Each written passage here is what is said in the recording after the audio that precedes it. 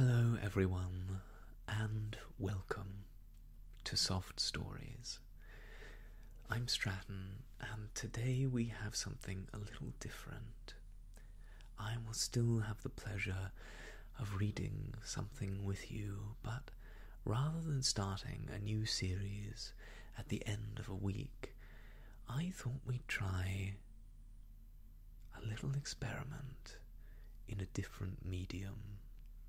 I have so enjoyed presenting some of the novels that I have loved in my, some years of life to you all, and some of the children's books. There are many more of those to come which currently line my bookshelves. But today, since I didn't want to start a new, longer book on a Friday, I thought we could go through this little tome here. It's a very thin little book, and it's entitled Haiku Harvest. It is apparently the fourth in a series of haiku collections, originally compiled by Peter Bielenson. The first 3 volumes were solely by him, but this 4th volume was assisted by Harry Bain. This particular one was published by the Peter Pauper Press in 1962, and it contains a number of haikus, beautiful short poems that all follow a similar rhythm to them. These are all translated from the original Japanese and are from a number of different poets, and they are accompanied by these lovely little illustrations on each page. I would like to just go through some of them with you, experience the poems together, and in that way we can relax at the end of a long week and simply sit in contemplation of life and nature and art. That seems like a pretty good way to spend a Friday to me. So, here I sit with Haiku Harvest in one hand and my ever-faithful cup of coffee in the other. And I think that means that it's time for us to begin. So please, enjoy with me these beautiful, short but deep little poems called haiku.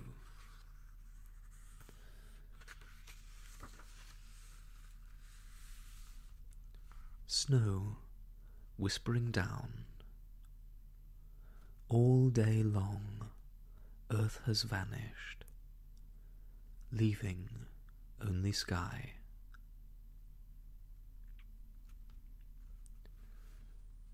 Dusk, adrift at sea. Why look back at those lesser hills hiding Fuji? Oh, that summer moon, it made me go wandering round the pond all night.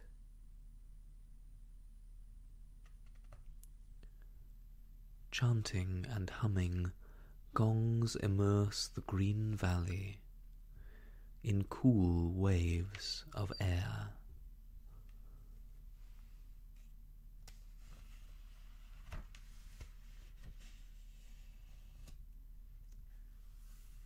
So cold are the waves, the rocking gull can scarcely fold itself to sleep.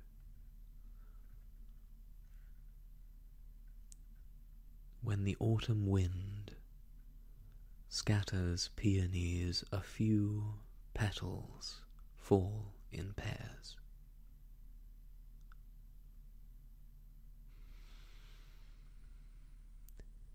My dear pilgrim hat, you must accompany me to view the plum trees.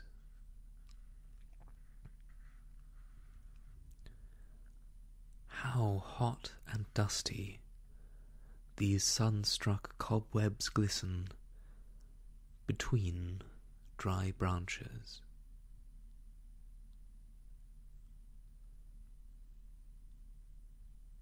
Twice, perhaps 3 times, the chimes of the river changed. Oh, what a cold night!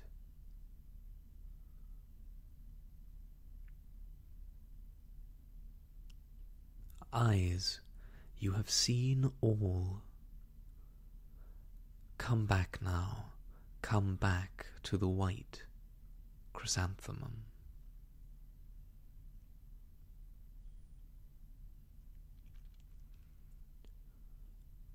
A cuckoo calls, and suddenly the bamboo grove, lighted by moonbeams.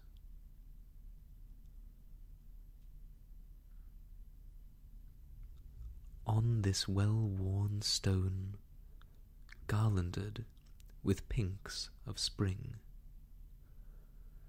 oh, to drink and doze.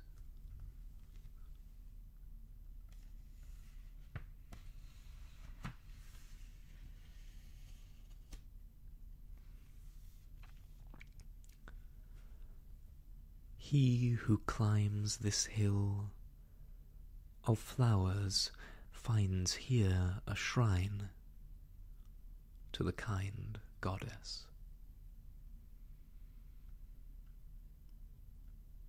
Moonlit flower field, daylight gives it back again to a cotton farm.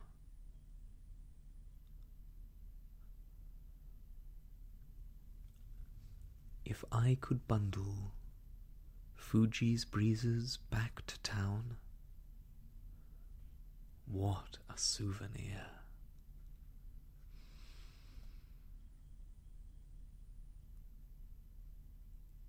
Having spoken ill,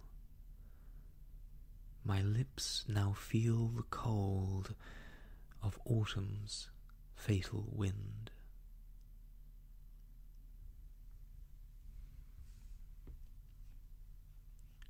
Some poor villagers lack fresh fish or flowers. All can share this moon.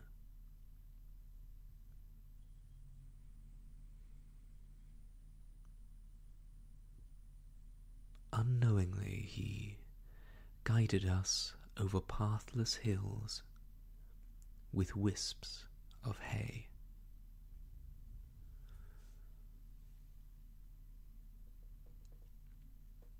Unchanged by autumn's icy winds, the chestnut shell stays gleaming green.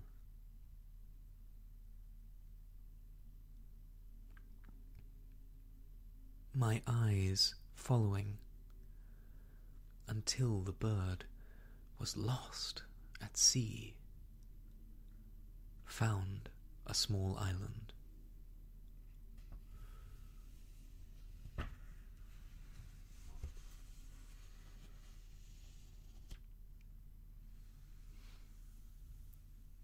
That winter, when my faithless lover left me, how cold the snow seemed.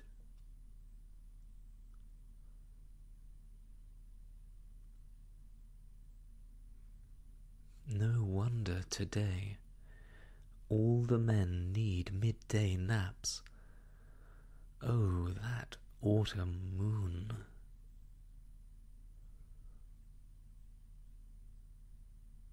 Cherry blossoms, yes, They're beautiful, but tonight, don't miss the moon.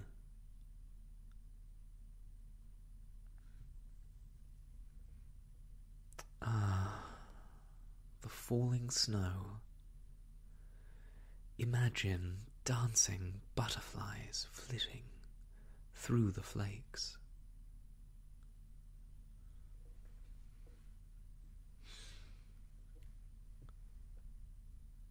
This old hat, stolen from a scarecrow, how fiercely the cold rain pelts it.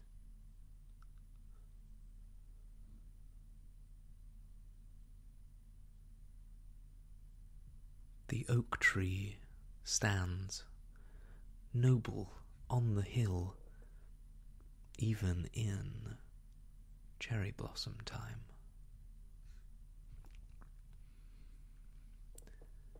Poppy petals fall softly, quietly, calmly, when they are ready.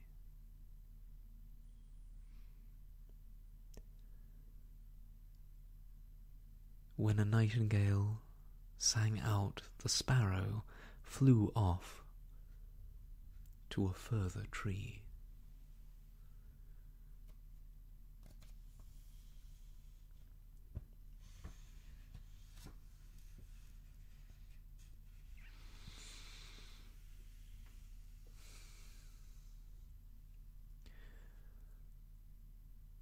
The still snow we watched, has it covered the same hill again this winter?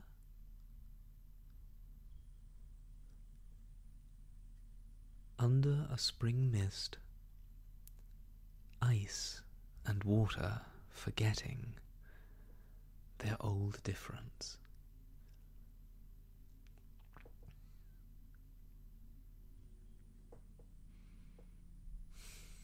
If my grumbling wife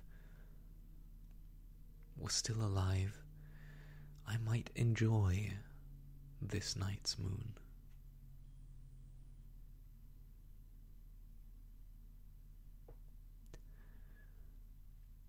Unmoved, the melons don't seem to recall one drop of last night's downpour.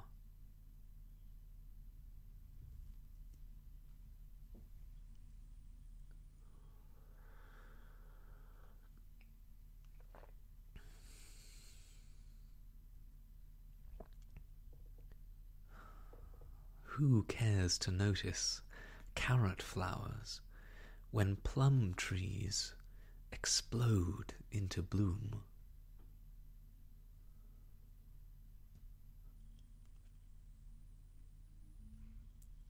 Do the tea pickers, also hidden among the leaves, hear the cuckoo's song?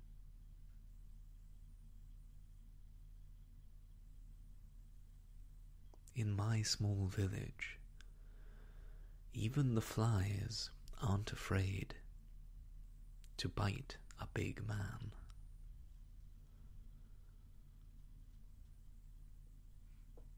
Oh, the first snowfall. Who could stay indoors on such a glorious day?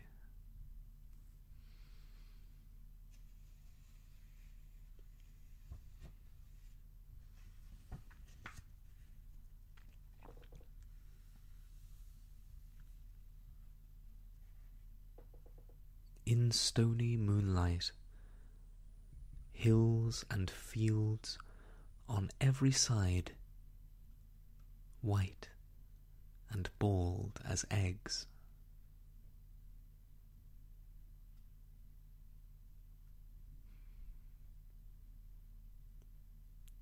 Waking before dawn, see how the constellations are all turned around.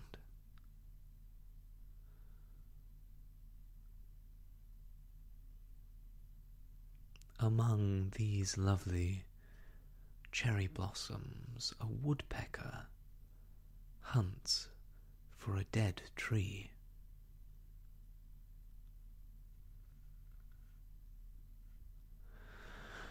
Oh, the tiny cry of a pitiful cricket caught in a hawk's beak.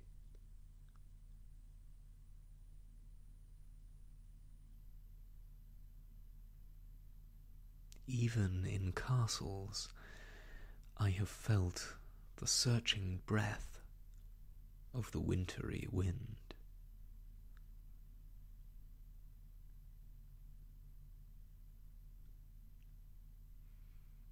Even I, who have no lover, I love this time of new kimonos.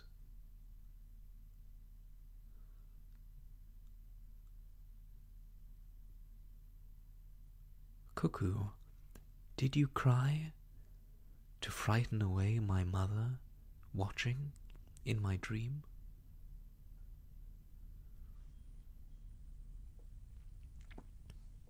Now the dragonflies cease their mad gyrations. A thin crescent moon.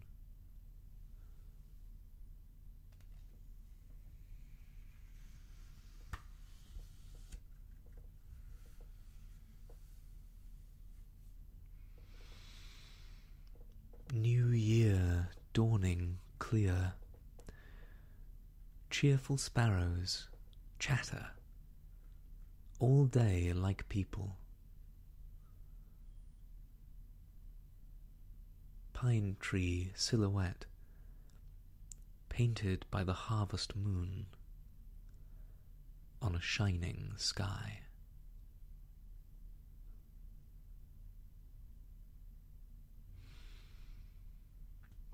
Well, the fall typhoon has taken its first victim, the local scarecrow.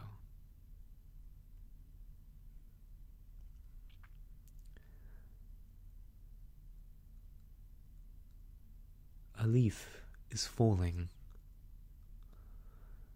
Alas, alas, another and another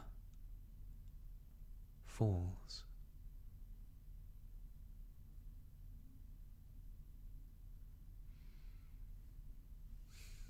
I'm very sorry to have to die at this time, with plum trees in bloom.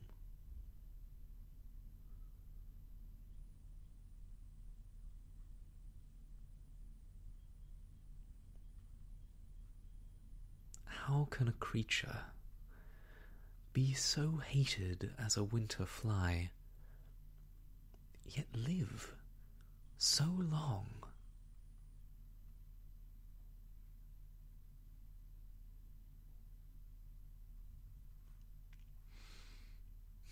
Poor crying cricket. Perhaps your little husband was caught by our cat.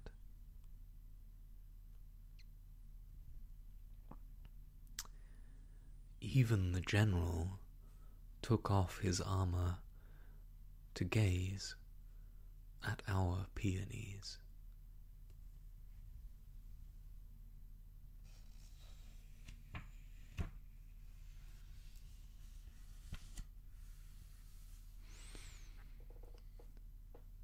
Everything I touch, with tenderness, alas, pricks like a bramble.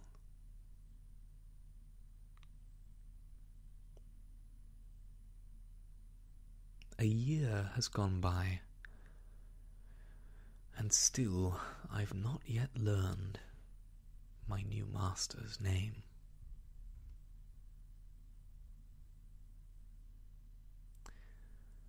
Hello, light the fire. I'll bring inside a lovely, bright ball of snow.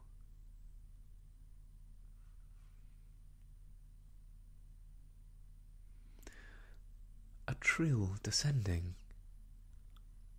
But look, the skylark who sings that song has vanished.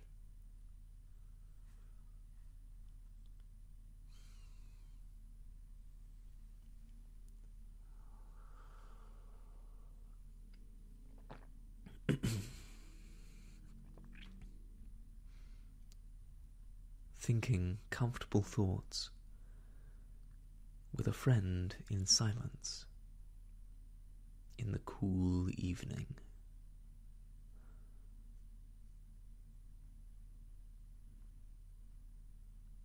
The sun has gone down. Beyond a dead tree clutching an old eagle's nest.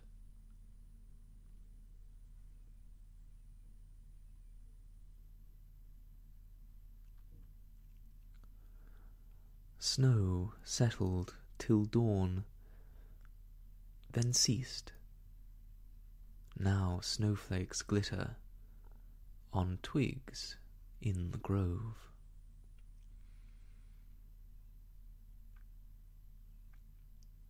With a whispering hiss, the scarecrow's straw scatters among the stubble.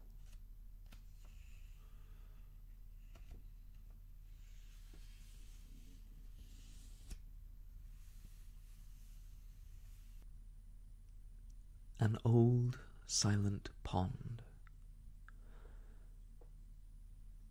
Into the pond, a frog jumps.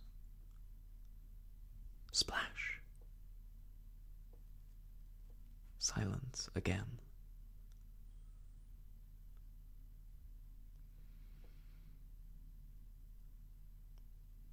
I must go begging for water. Morning glories have captured my well.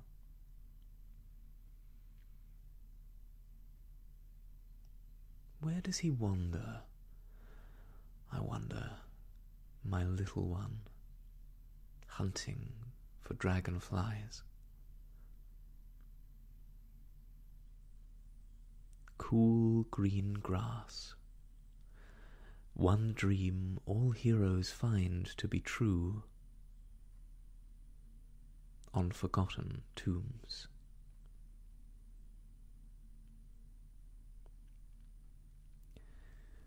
Wandering, dreaming in fever, dreaming that dreams forever wander.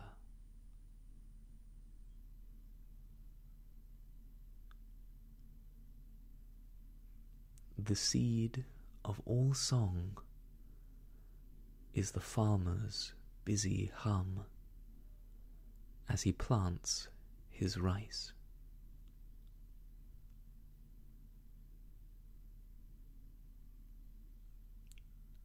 Autumn crickets cry. Kosai, the poet, is dead. He no longer sings. Another new year, and many another fledgling without a nest.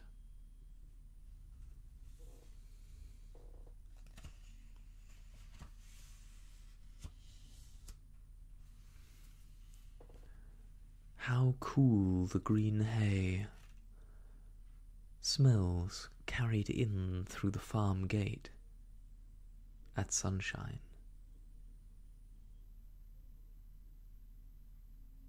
Farewell, like a bee, reluctant to leave the sweet deeps of a peony.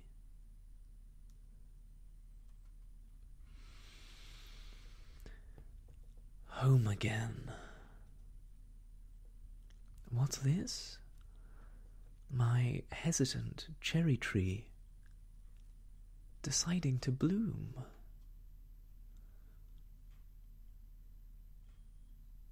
The drake and his wife, paddling among green tufts of grass,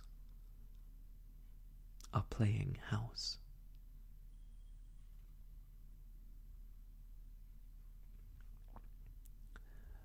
When spring is gone, none will so grumpily grumble as these chirping frogs.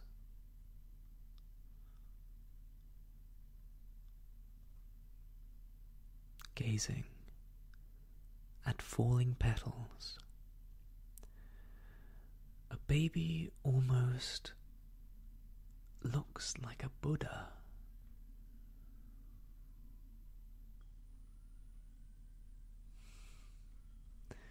My horse clip-clopping over a field. Oh, I'm part of the picture.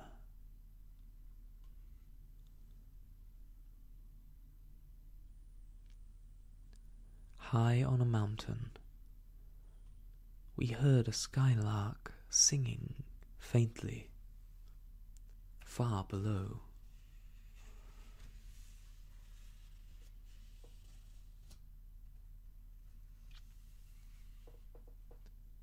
Beyond paper walls, voices of geishas whisper about the bright moon.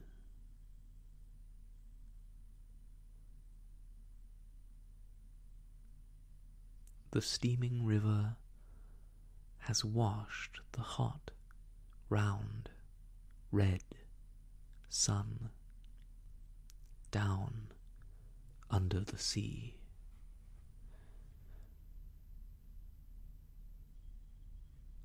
Swallows, those homing bees in the sunset, burdened with honey, spare them.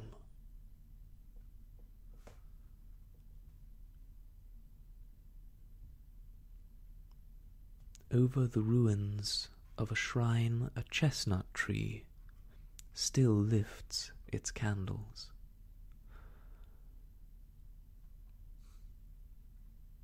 It's nice to read news that our spring rain also visited your town.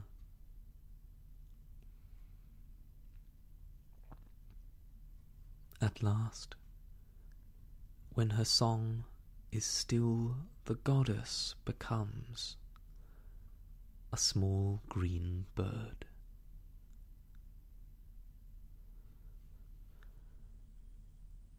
A wind bell tinkling, hushed in the noon sun, is now a shelter for bees.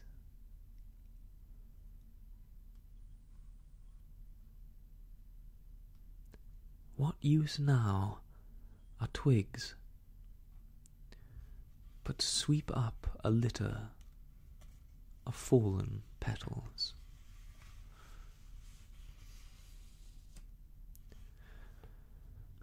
In a wayside shrine, a hungry owl hoots and hides, so bright is the moon.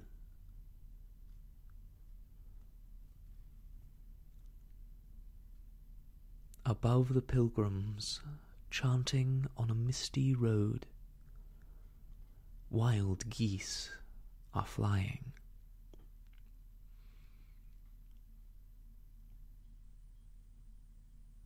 All night, the ragged clouds and wind had only one companion, the moon.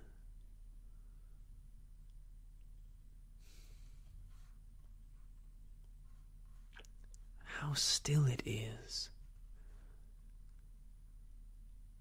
Cicadas buzzing in the sun, drilling into rock.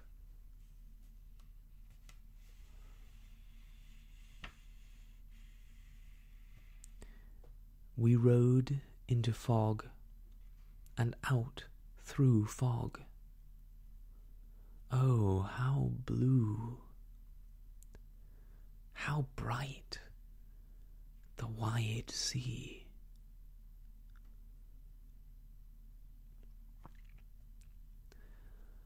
From watching the moon, I turned and my friendly old shadow led me home.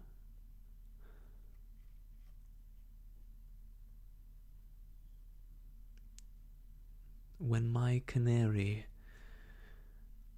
escaped, well, that was the end of spring in my home.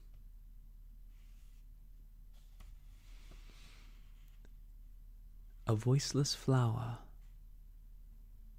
speaks to the obedient in listening ear.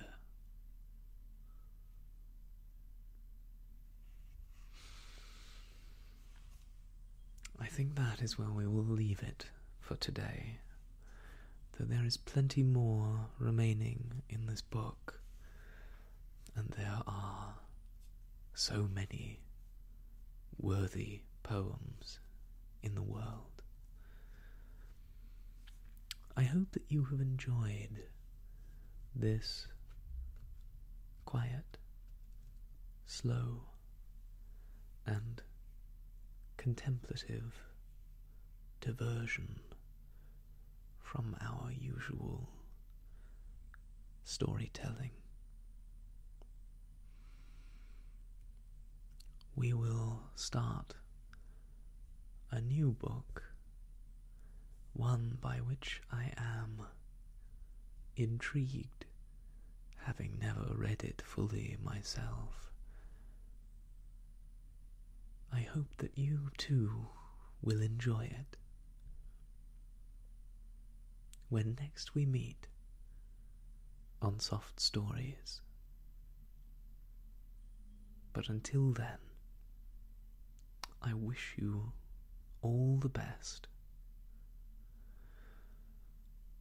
and goodbye.